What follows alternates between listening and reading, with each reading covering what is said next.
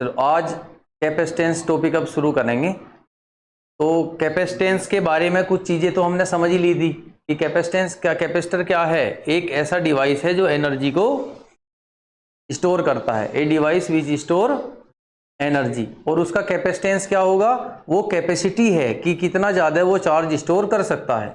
कैसे find out करेंगे उसे, तो जितना चार्ज स्टोर करने के बाद उसका पोटेंशियल डिफरेंस 1 वोल्ट इंक्रीज हो जाए तो वह चार्ज क्या होगा, तो उसका कैपेसिटेंस होगा। क्लियर है। तो अब कैपेसिटेंस को आप सेम वैसे ही समझोगे जैसे इलेक्ट्रिसिटी के अंदर रेजिस्टेंस का वैल्यू होता है, जैसे रेजिस्टेंस है वहां यहाँ पे क्या है, कैपेसिटेंस। ठीक है, वैसी रेजिस्टेंस और उसी तरीके से चलेगा कैपेसिटेंस। तो रेजिस्टेंस में क्या था, एक फॉर्मूला था, ओम्स लॉ से आया था, V equals to I R. इसमें फॉर्मूला क्या है, C equals to Q by V।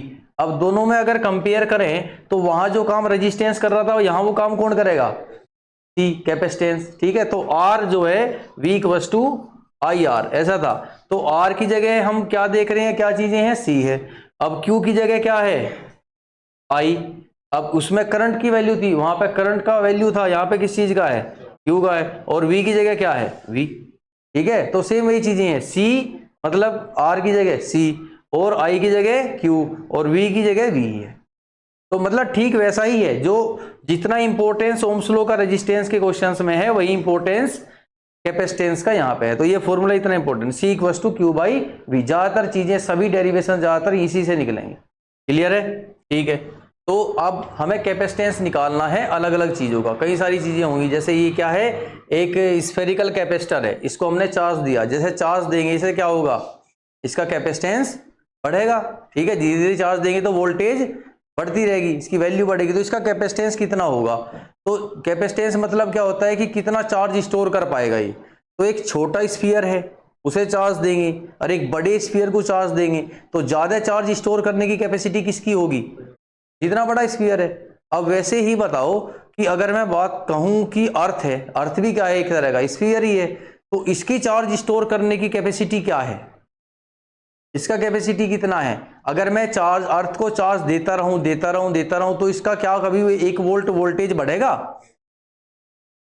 नहीं बढ़ेगा, है ना। सारा चार्ज भी आप यहां कैसे दे दोगे तो इसका 1 वोल्टेज नहीं बढ़ेगा। इसलिए अर्थ का जो वोल्टेज है कितना रहता है, हमेशा 0 वोल्ट। अर्थ 0 वोल्ट पे क्यों है, क्योंकि इतना चार्ज हम इसे दे ही नहीं पाते कि इसका वोल्टेज पोटेंशियल डिफरेंस इसमें इंक्रीज करे। तो अर्थ का वोल्टेज कभी भी हमेशा कितना रहता है, 0 वोल्ट रहता है ना, कभी एक होता ही नहीं वो।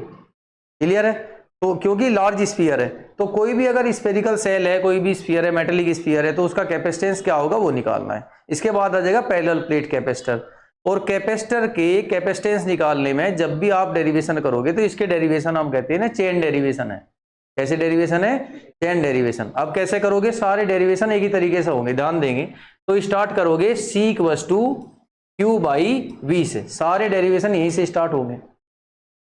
इसके बाद आप वैल्यू रखोगे V की इसके बाद वैल्यू किसकी रखोगे, V की।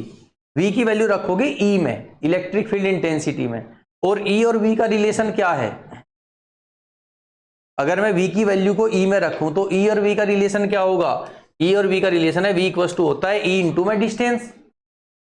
कैसे आया था ये, याद करो कि E का फॉर्मूला क्या था, KQ बाई आर स्क्वायर। तो आर स्क्वायर को मैं ऐसे लिख दूं KQ by R into R. तो बेटे KQ बाई आर क्या है, V। तो E इक्वल्स टू क्या आया, V बाई आर। तो V कितना होगा, E इंटू आर। यहां से डायरेक्ट फॉर्मूला आ गया था इससे। ठीक है, तो E equals to E into में डिस्टेंस करेंगे, वो डिस्टेंस कुछ भी हो सकती है, D होगी, स्मॉल d है या R है, कुछ भी है। तो अभी के लिए मैं क्या रख दूं इसमें R। इसके बाद क्या करोगे, E की वैल्यू रखोगे। E की वैल्यू भी हर जगह पे क्या है, अलग अलग है।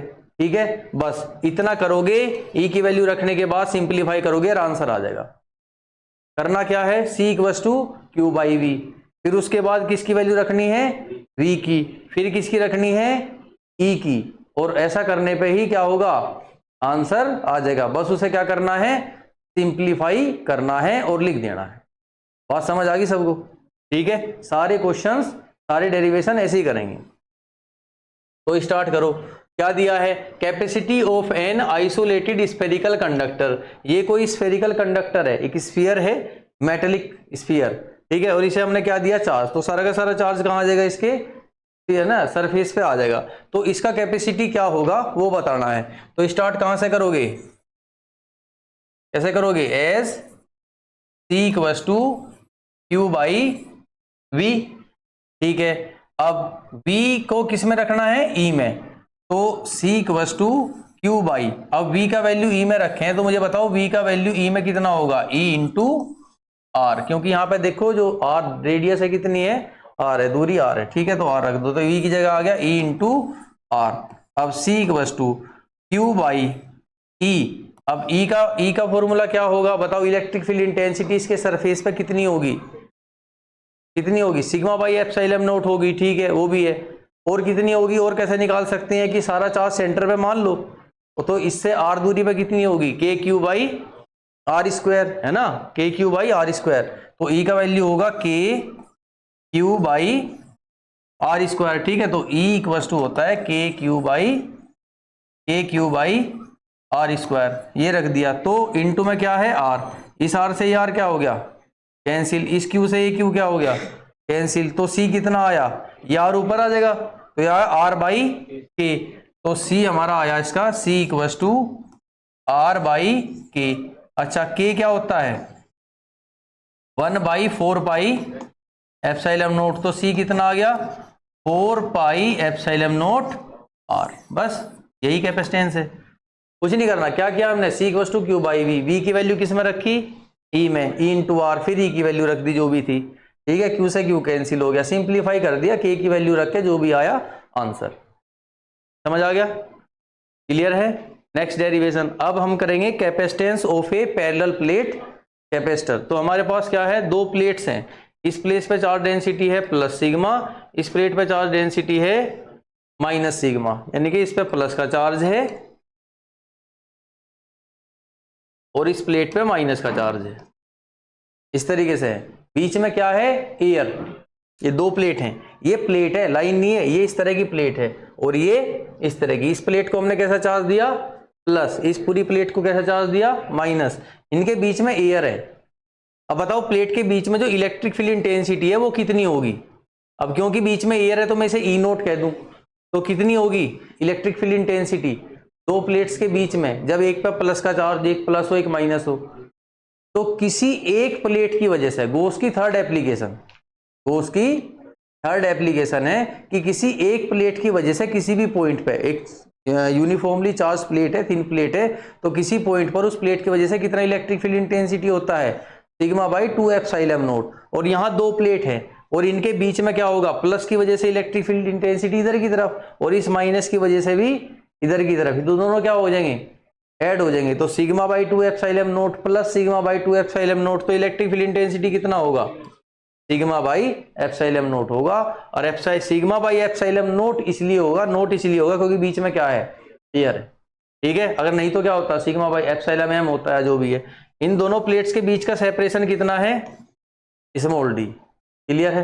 तो अभी स्टार्ट करेंगे, फिर ठीक वैसे ही इसका क्या निकालना है हमें, कैपेसिटेंस निकालना है, क्या करोगे, as C equals to Q by V, C equals to Q by, अब किसकी वैल्यू रखोगे, v की वैल्यू e में कितनी होगी, e इंटू क्या करूं, डिस्टेंस कितनी है बीच में, प्लेट के बीच में d, तो e इंटू डी करेंगे तो क्या मिलेगा, v, तो v की जगह क्या रख दूं, e इंटू डी, क्लियर है। फिर किसकी वैल्यू रखूं, e की, रूल तो यही है, उसके बाद e की वैल्यू रखो, e की वैल्यू कितनी है, सिग्मा बाई एप्सिलॉन नोट, तो यहां रखेंगे ब्रैकेट में कि जो e है ये हमारा है सिग्मा बाई एप्सिलॉन नोट, तो अब ठीक है, एप्सिलॉन नोट ऊपर आ जाएगा, तो c इक्वल्स टू ये हो गया q epsilon nought divide by sigma into D. अब इस सिग्मा की वैल्यू भी रख लो, सिग्मा किसके बराबर होता है, चार्ज अपॉन एरिया, और इस प्लेट का बेटे एरिया कितना है,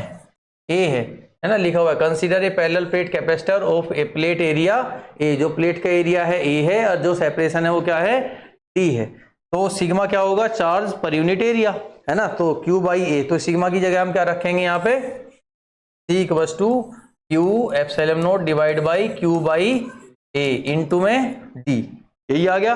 अब q से q क्या हो गया, a ऊपर गया, तो c इक्वल्स टू कितना आया, epsilon not a by D, क्योंकि इन दोनों प्लेट्स के बीच में क्या था, एयर थी, तो एयर के लिए ये कैपेसिटेंस आया, तो आप इस कैपेसिटेंस को अलग से डिनोट कर दो C naught, that is the capacitance of a parallel plate capacitor when air is filled between the plates, plates के बीच में प्योरली, पूरे प्लेट के बीच में सब जगह क्या है, एयर है, तो सी नोट इक्वल टू हम लिख सकते हैं epsilon naught A by D.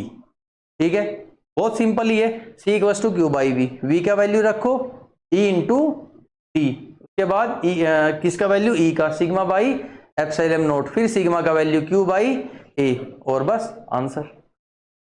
Clear है। नेक्स्ट डेरिवेशन भी वैसे ही होगा, ध्यान देंगे, उसमें क्या है, थोड़ा थोड़ा चेंज होता रहेगा, ये जो पैरेलल प्लेट कैपेसिटर है इनके बीच में थोड़ा थोड़ा क्या करते रहेंगे, मीडियम में चेंज करते रहेंगे। अगर मीडियम में चेंज करेंगे बेटे, किस चीज में चेंज आएगा, इलेक्ट्रिक फील्ड इंटेंसिटी में, और वैसे ही उसका फॉर्मूला आता रहेगा, लिखते रहेंगे।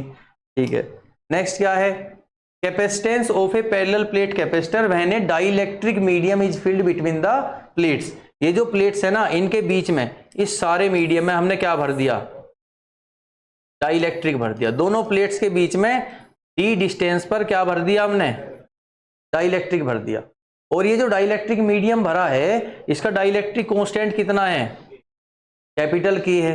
ठीक है, समझ आ गई इतनी बात। अब यहां पे जो इलेक्ट्रिक फील्ड इंटेंसिटी होगा, क्या वो ई नोट होगा, नहीं ना, वो क्या होगा, ई एम, और वो ई एम कितना होगा, सिग्मा बाई एप्सिलॉन, इतनी बात पता है तुम्हें, क्लियर है। तो बस अंतर यहां होगा कि इलेक्ट्रिक फील्ड ई नोट ना होगा, क्या हो जाएगा, ई एम हो जाएगा, मीडियम का हो जाएगा यहाँ पे, क्लियर है पॉइंट।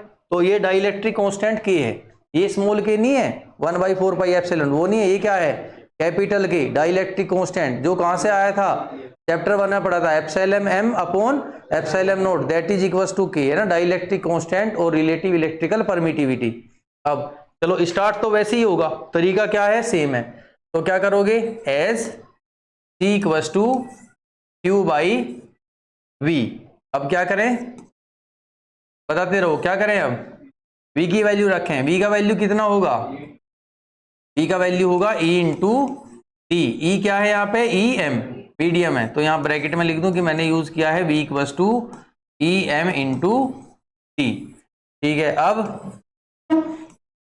अब क्या करें, अब ई एम का वैल्यू रखें, कितना है, sigma by epsilon M into T, फिर यहाँ पे रख दो कि हमने यूज किया है E M is equals to sigma by epsilon M. ठीक है, अब एप्सिलॉन एम ऊपर चला जाएगा, तो ये हो जाएगा Q epsilon M divide by sigma into T. ठीक है, अब इसका वैल्यू रखेंगे, सिग्मा का वैल्यू क्या है, क्यू बाई ए, तो यहाँ पे लिखेंगे C is equals to Q epsilon naught epsilon M, Q epsilon M upon sigma का value Q by A into D, bracket में बताओ सिग्मा इक्वल्स टू होता है क्यू बाई ए। ठीक है, क्यू से क्यू क्या हो गया, cancel out, C equals to कितना आया, epsilon M A by D. अब ना देखो, ये जो एप्सिलॉन एम है इसका वैल्यू एप्सिलॉन नोट में कितना होगा, तो रिलेशन तो हमें पता है ना, रिलेशन क्या है हमारा, कि epsilon M upon epsilon nought equals to क्या होता है, कैपिटल के, डाइइलेक्ट्रिक कांस्टेंट, तो एप्सिलॉन एम कितना होगा, के इंटू एप्सिलॉन नोट, तो ये जो सी है ये कितना होगा, के कैपिटल के epsilon naught A by D, ये हमारा कैपेसिटेंस आया। तो ये कैपेसिटेंस आया जब पूरे मीडियम में क्या भरा हुआ था, डाइइलेक्ट्रिक, तो ये पूरे मीडियम में डाइइलेक्ट्रिक था, इसीलिए मैं इसे सी एम भी कह सकता हूं। अब जहां भी तुम्हें सी नोट दिखाई देगा तो वो क्या होगा, कि दोनों प्लेट्स के बीच में कंप्लीटली क्या है, एयर है, सी एम होगा, दैट मीन्स पूरे प्लेट के बीच में दोनों में हर जगह क्या है, डाइइलेक्ट्रिक मीडियम है ना। तो ये जो सी एम है वो हमारा आया के into epsilon naught A by D, ये epsilon naught A by D की वैल्यू क्या है बताओ, किसकी वैल्यू आई थी, तो इससे पहले वाला डेरिवेशन देखो, जब इसमें एयर भरी हुई थी दोनों प्लेट के बीच में तो वैल्यू था epsilon naught A by D, तो क्या मैं इसकी जगह पे सी नोट लिख दूं, तो सी एम जो होगा, अगर हमने मीडियम भर दिया तो उसका कैपेसिटेंस कितना होगा, दैट इज के सी नोट, यानी कि जितना एयर का कैपेसिटेंस होगा ना जब इनके बीच में एयर हो, उसका के टाइम्स ज्यादा होगा। तो आपको इसका कैपेसिटेंस जितना बढ़ाना है, आप उतने ही ज्यादा डाइइलेक्ट्रिक कांस्टेंट का मीडियम इसके अंदर भर दो, तो जितना के का वैल्यू होगा उतने टाइम्स इसका कैपेसिटेंस बढ़ जाएगा एयर के मुकाबले में। क्लियर है, तो ये आ गया। नेक्स्ट डेरिवेशन है capacitance of a parallel plate capacitor when a conducting slab is inserted between the plates. In plates के बीच में मैंने क्या भर दिया, कंडक्टिंग स्लैब, एक कंडक्टर, और कंडक्टर के अंदर इलेक्ट्रिक फील्ड कितना होता है, 0। तो ये बात ध्यान रखते हुए अब वही ऐसा ही कुछ करेंगे कि हमने क्या लिया, एक कंडक्टिंग प्लेट स्लैब या फिर स्लैब मान लो ये ली, इन दोनों प्लेट्स के बीच में डिस्टेंस कितना था, टी था। ये जो स्लैब हमने भरी है इसका थिकनेस कितना है, टी है। इस प्लेट का थिकनेस कितना है, स्लैब का टी, इनके बीच में थिकनेस कितना था, डी। यहाँ पे प्लस सिग्मा, यहाँ माइनस सिग्मा, प्लस के चार्ज हैं इधर की तरफ, माइनस के। क्या होगा इस प्लेट में, इस स्लैब में इंडक्शन होगा, इधर प्लस है तो इधर क्या आ जाएंगे, माइनस, इधर माइनस है तो क्या आ जाएंगे, प्लस। तो जो इलेक्ट्रिक फील्ड इसका होगा ना इन प्लेट्स की वजह से इधर की तरफ, उतना ही इलेक्ट्रिक फील्ड जो है ये प्लस की वजह से, इंडक्शन की वजह से जो होगा वो दूसरी साइड होगा। तो बीच में इलेक्ट्रिक फील्ड कितना आ जाएगा, 0। यहां इलेक्ट्रिक फील्ड नहीं होगा, ठीक है। अगर ये प्लेट मेटल की ना होकर डाइलेक्ट्रिक या इंसुलेटर की होती तो इसके बीच में इलेक्ट्रिक फील्ड होता, कितना होता, EM, मीडियम के हिसाब से, ठीक है। तो अब जो बाहर की तरफ यहाँ पे एरिया है, यहां तो इलेक्ट्रिक फील्ड होगा ना, यहां इलेक्ट्रिक फील्ड होगा, यहां भी क्या होगा, यहां भी इलेक्ट्रिक फील्ड होगा। कितना इलेक्ट्रिक फील्ड होगा, सिग्मा बाई एप्सिलॉन नॉट, वो तो सेम है। सेम क्यों है, देखो इस प्लस की प्लेट और माइनस की प्लेट ने यहाँ पे इंडक्शन किया, जितना यहाँ प्लस था उतना ही क्या आ गया इधर, जितना माइनस था इतना ही क्या आ गया, प्लस। तो इस माइनस और प्लस के बीच में इलेक्ट्रिक फील्ड ठीक उतना ही होगा जितना अगर ये ना होती तो इनके बीच में होता, वही लाइंस होंगी, क्योंकि जितना यहाँ माइनस है उतना ही तो यहाँ माइनस आया।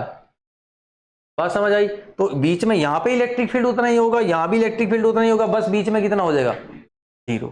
और यहां बाहर जो होगा यहाँ पे कितना होगा, E नोट, एयर है ना, कितना होगा, sigma by epsilon note. Clear है। तो अब कैसे कहेंगे, एज स्टार्ट कहां से करेंगे, C equals to Q by V। अब वैल्यू किसकी रखोगे, V की।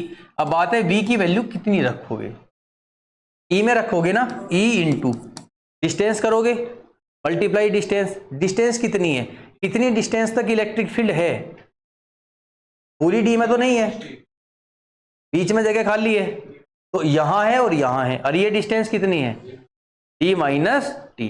तो जब V की वैल्यू E में रखोगे तो यहां मल्टीप्लाई किसकी करोगे, डी माइनस टी की मल्टीप्लाई करोगे। क्लियर है।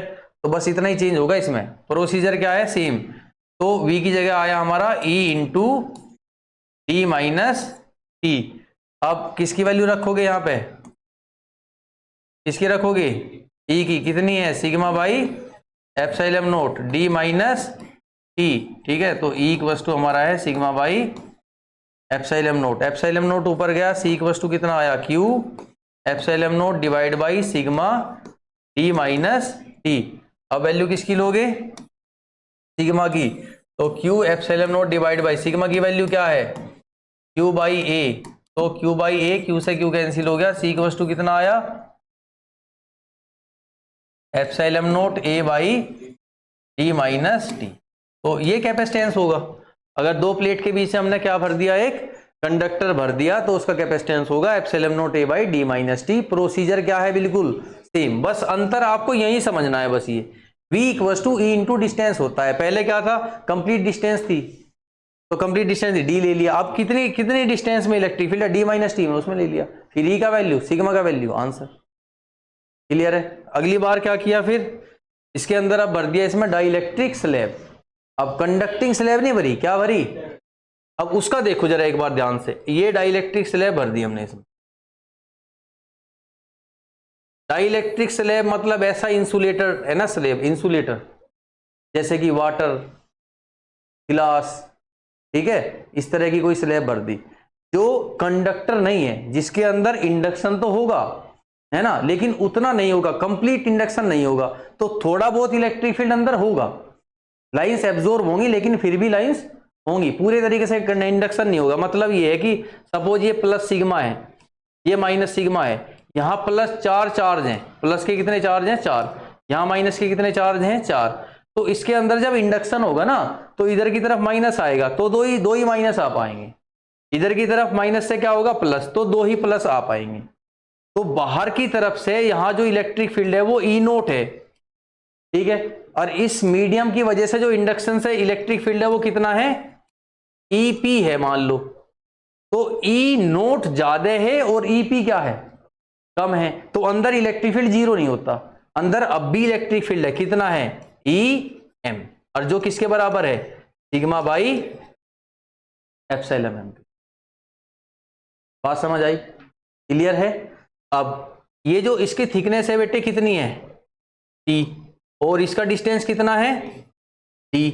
अब बाहर जो इलेक्ट्रिक फील्ड होगा, बाहर तो उतना ही है, बाहर इलेक्ट्रिक फील्ड कितना है, बाहर हमारा इलेक्ट्रिक फील्ड है E nought is equal to sigma by epsilon nought, और अंदर कितना है, सिग्मा बाई एप्सिलॉन। अब सब जगह इलेक्ट्रिक फील्ड है लेकिन सेम नहीं है, तो चेंज बस V की वैल्यू में ही होगा। तो इसे कैसे करेंगे, as C is equal to Q by V। अब V की वैल्यू रखोगे, अब V की वैल्यू किसमें रखोगे, E में। तो E तो दो है, एक तो है E नोट और एक है EM। तो E नोट कहां तक है, D माइनस T तक है, प्लस में EM कहां तक है, E नोट जो है वो यहां है, यहां है, ये दूरी D माइनस T है। तो EM जो है ये कितनी दूरी तक है, ये T तक है। तो इसे मल्टीप्लाई किसकी करेंगे, T की, और दोनों को क्या करेंगे, ऐड, तब ये वैल्यू किसके बराबर होगी, V के। बात समझ आई, सेम प्रोसीजर है, कुछ नहीं करना, वही है। V equals to E into distance होता है, क्योंकि दो इलेक्ट्रिक फील्ड है बीच में पूरी डिस्टेंस में, तो दोनों इलेक्ट्रिक फील्ड का कितनी कितनी डिस्टेंस होता है लिख के ऐड कर दो। तो जो E नोट है वो D माइनस T तक है, EM जो है वो T तक है।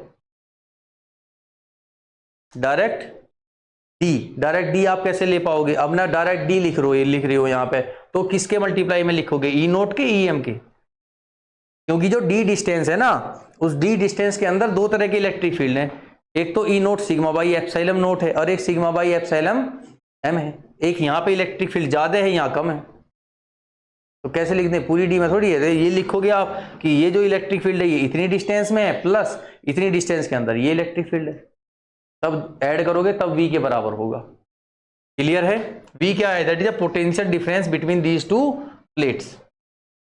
अब इसकी V की वैल्यू रखो, C equals to Q by, अब V की वैल्यू क्या है, हाँ इसे लिख लो, EM से लिख लो यहां से, EM into T plus E note into D minus T। Clear हो गया पॉइंट। अब क्या करोगे, E का वैल्यू लिखेंगे, है ना, अब किसकी वैल्यू रखोगे, E की, यही तो करते हैं बार बार। तो C equals to Q divide by, अब EM की वैल्यू क्या है, sigma by epsilon m into T, plus E nought की वैल्यू क्या है, sigma by epsilon nought D minus T. अब एप्सिलॉन m की वैल्यू रख लो, एप्सिलॉन m की वैल्यू क्या है, अब ये तो पता ना तुम्हें, epsilon m upon epsilon nought बराबर क्या होता है, कैपिटल K के, तो एप्सिलॉन कितना होगा, K एप्सिलॉन नोट, तो ये आ गया Q divide by sigma divide by K epsilon note into T plus sigma by epsilon nought D minus T। Clear है। अब दोनों में कॉमन निकाल लो, कॉमन क्या आ रहा है, सिग्मा बाई एप्सिलॉन नोट और सिग्मा बाई एप्सिलॉन, ये बाहर निकाल लो, तो क्या बचेगा, C equals to Q divide by sigma by epsilon nought, यहां क्या बचा, P by K plus D minus T। Clear है, एप्सिलॉन नोट ऊपर आ जाएगा, तो C equals to Q epsilon nought divide by sigma T by K plus D minus T। अब sigma की वैल्यू क्या होती है, Q बाई A, तो यहां हो जाएगा Q बाई A और T by K plus D minus T। Q से Q कैंसिल हो गया, तो फाइनली हमारा आंसर आया C is equal to epsilon nought A divide by T by K plus D minus, और यही आंसर आप याद रखोगे, ऐसे ही याद रखना है इसे, इसमें कोई चीज नहीं करना, T by K plus D minus. Clear है, तो ये कैपेसिटेंस के सारे डेरिवेशन है और सब में बिल्कुल सेम तरीका अप्लाई करना है। नेक्स्ट है ग्रुपिंग ऑफ कैपेसिटर। कैपेसिटर के ग्रुपिंग्स कितने टाइप से हो सकते हैं? 2 टाइप से, सीरीज में या पैरेलल में। तो हमने यहाँ पे 3 कैपेसिटर लिए, C1, C2 और C3, और इनको कैसे लगाया? सीरीज में। ये एक बैटरी है, इन 2 पॉइंट्स के बीच में यहाँ पे क्या लगा रखी है? एक बैटरी, जिसका पोटेंशियल डिफरेंस कितना है? V। तो सीरीज में पोटेंशियल क्या हो जाएगा? डिवाइड हो जाएगा। सीरीज में पोटेंशियल डिवाइड हो जाएगा। तो इस पे कितना पोटेंशियल आया? V1। इस पे कितना आया? V2। इस पे कितना आया? V3। क्लियर है? अब सीरीज में चार्ज, अब इसमें तुम्हें पता है जब हम रेजिस्टेंस देखते थे तो उसमें करंट देखते थे, भाई तीनों वायर में सेम, तीनों में सेम करंट रहेगा, रेजिस्टेंस में, सीरीज में है। यहाँ करंट नहीं देखना, यहाँ क्या देखना है? चार्ज। तो इसमें क्या सेम रहेगा? तीनों में चार्ज। इसमें जैसे करंट था ना वैसे ही चार्ज, तो यहाँ पे भी क्यू चार्ज होगा, इस पे भी क्यू चार्ज होगा और इस पे भी क्यू। तीनों में चार्ज क्या होगा? सेम। पोटेंशियल क्या होगा? डिफरेंट, है ना, मतलब पोटेंशियल डिवाइड होगा, चार्ज सेम रहेगा। क्लियर है? तो अब मैं अगर C1 की वैल्यू निकाल लूं यहाँ पे, तो मुझे बताओ C1 की वैल्यू कितनी होगी? C इक्वल्स टू क्या होता है? Q by V। तो ये C1 कितना होगा? C equals Q by V। तो यहाँ पे क्या है? क्या C1 कितना होगा? Q बाई V1 होगा। C2 कितना होगा? Q by V2। C3 कितना होगा? Q by V3। क्लियर है? अब टोटल कैपेसिटेंस की मैं बात करूं, यहां पे नीचे, बिल्कुल नीचे की तरफ, तो टोटल कैपेसिटेंस किसके बराबर होगा? Total charge. टोटल चार्ज कितना है? Q ही तो है, सीरीज में सेम रहेगा, Q बाई, और V टोटल कितना है हमारा? V। टोटल वोल्टेज कितनी है? V है, तो C टोटल होगा Q बाई V, यानी total charge divide by total voltage. ठीक है? यहाँ पे जो भी इसका चार्ज अपॉन वोल्टेज, इसका जो चार्ज अपॉन इसका वोल्टेज, इसका चार्ज अपॉन इसका वोल्टेज, तो इनके इंडिविजुअल कैपेसिटेंस आ गई, और यहाँ पे टोटल कैपेसिटेंस होगा total charge upon total voltage. यहाँ टोटल कैपेसिटेंस लग लो, या फिर सीरीज में है तो आप चाहो तो इसे CS लिख दो, टोटल कैपेसिटेंस इन सीरीज। ठीक है? ये आ गया। अब स्टार्टिंग कहां से करेंगे? स्टार्टिंग करेंगे उससे जो डिवाइड हो रहा है, तो चार्ज और वोल्टेज में से क्या चीज डिवाइड हो रही है? वोल्टेज। तो वोल्टेज से स्टार्ट करेंगे, as V is equal to V1 plus V2 plus V3। अब V1, V2, V3 इन सारी वैल्यूज को यहां से निकाल लो जो आपने यहां लिखी हैं। तो V की वैल्यू कहां से मिलेगी? यहां से। तो V का वैल्यू कितना आया? Q by CS। V1 की वैल्यू कहां से मिलेगी? यहां से। इसकी वैल्यू कितनी आई? Q by C1। इसकी वैल्यू, और V3 की वैल्यू क्या करेंगे? कॉमन आ गया हमारा Q, 1 by C1 plus 1 by C2 plus 1 by C3। Q से Q कैंसिल, तो 1 by CS is equal to 1 by C1 plus 1 by C2 plus 1 by C3। और अगर n नंबर ऑफ कैपेसिटेंस हो तब, n नंबर ऑफ कैपेसिटर है, 4 n number of capacitor, तब क्या करेंगे? 1 by CS equal to 1 by C1 plus 1 by C2 plus dot dot dot 1 by. ठीक है? ये होगा। समझ आ गया? चलो बाकी कल करेंगे।